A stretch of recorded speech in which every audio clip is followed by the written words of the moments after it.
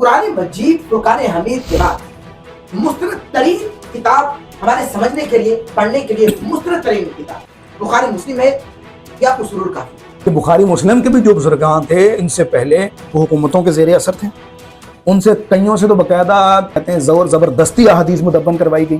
بعض جو ہیں کہ جن کی واضح دشمنی موجود تھی اہل بیت کے ساتھ، وہ بھی حدیثیں لکھ رہے ہیں، وہ بھی حدیثیں لکھ رہے ہیں۔ جو بخاری کو نہیں مان رہا، جو کافی کو نہیں مان رہا، کسی وجہ سے نہیں نہ مان رہا۔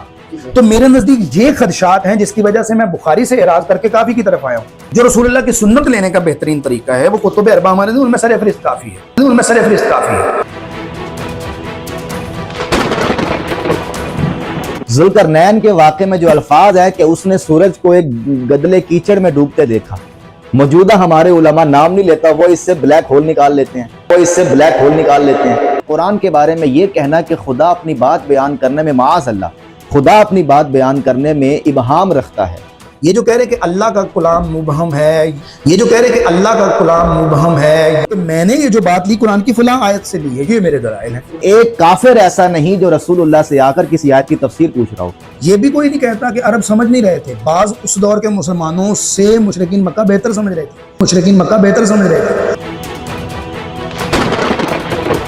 ائمہ اہل البیت کا مقام اور مرتبہ اہل سنت کے نزدیک کیا ہے؟ ذرا اس کو واضح کیجیے۔ ہمارا اختلاف صرف اور صرف ان کے مقام و مرتبے میں فقط اتنا ہے کہ یہ خدا کے چنیدہ نہیں جیسے نبوت چنیدہ ہوتی ہے۔ نبی کریم حضرت محمد مصطفیٰ شفیع المذنبین رحمۃ اللہ علیہ اپنی مرضی سے تو کچھ نہیں کرتے، پہلے کہ اللہ تبارک و تعالیٰ وحی کرتا ہے محمد مصطفیٰ پر، تو نبی اپنی مرضی سے نہیں بولتے، اللہ تبارک و تعالیٰ فرماتا ہے اور نبی ہم تک پہنچا دیتے ہیں، اپنے مخاطبین تک پہنچا دیتے ہیں۔ اب خون کے میدان میں نبی فرما رہے ہیں کہ تم میں دو بھاری چیزیں چھوڑ کے جا رہے ہو، قرآن ہے اور اہل البیت ہے، اہل البیت اور قرآن۔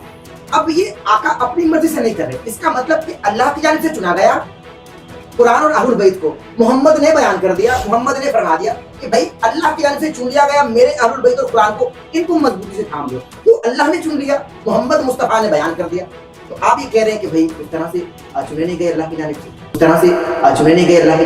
ائمہ اہل بیت اطہار جب دنیا سے پردہ فرما گئے تو اب اس زمانے میں ائمہ اہل بیت اطہار سے تمسک کیسے ہوگا؟ محمد مصطفیٰ صلی اللہ علیہ وآلہ وسلم آج ہوتے تو کیا کرتے؟ تو یہی کرتے جو اہل بیت نے کیا۔ جو تم نے کسی مناسبت سے غلط لفظ کو استعمال کیا تھا نا مختلف جگہ پہ، وہ قرآن پہ فٹ نہیں کرنا۔ اگر اس روایت کو دیکھا جائے تو وہ قرآن کے پورے مضمون کے خلاف میرے اندر اتنی طاقت نہیں میں علی کا نام لے کے بیان کروں۔ امام نے جو بات ارشاد فرمائی کیا وہ عربیت سے باہر ہے؟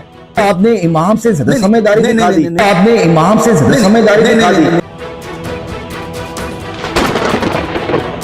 اصول کافی کی کوئی ایسی عبارات ہیں یا ایسے بیچ میں احادیث ہیں جن سے آپ کو اختلاف ہے؟ یہ تاثر دینا کہ رسول خدا کی فقہ اور آپ کا علم کافی میں موجود ہے، بھائی کافی میں غیر اہل بیت، غیر بنو ہاشم اور بہت سے ایسے افراد جو تاریخ کے اندر آپ ان کے ترجمے اٹھا کر دیکھ لیں، ائمہ کی ان پر لعنت بھی موجود ہے کہ جو ائمہ کو منصوص من اللہ نہیں مانتا وہ ناسبی ہے۔ دیکھیں آپ منصوص نہیں مانتے تو نہج البلاغہ قرآن کے بعد سب سے بڑی کتاب ہے۔ یہ قرآن مجید کے حوالے سے نامناسب بات ہو جائے گی۔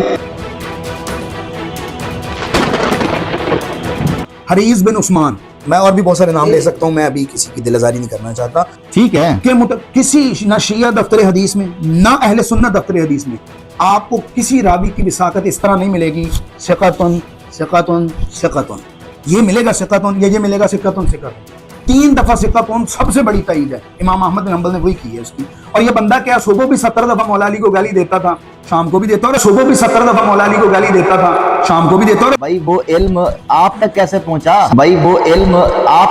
پہنچا؟ خشت اول چون حد میں مارے کج تاثر ایامیر و دیوار کج۔ قرآن کے بعد کسی کتاب کے بارے میں یہ دعویٰ نہیں کیا جا سکتا کہ وہ 2 گتوں کے درمیان لفظ بلفظ صحیح ہے۔ یعنی امام بخاری کے نزدیک بندہ مولا علی کا دشمن ہو تو کوئی مسئلہ ہے۔ اب اس میں ایک اور تعویل بھی ہے، میں آگے آتا ہوں اس بات پہ۔ ایسی حدیث لے کر آئیں جس کو قبول نہ کر کے سنی فقہی مذہب فارغ ہو جائے گا،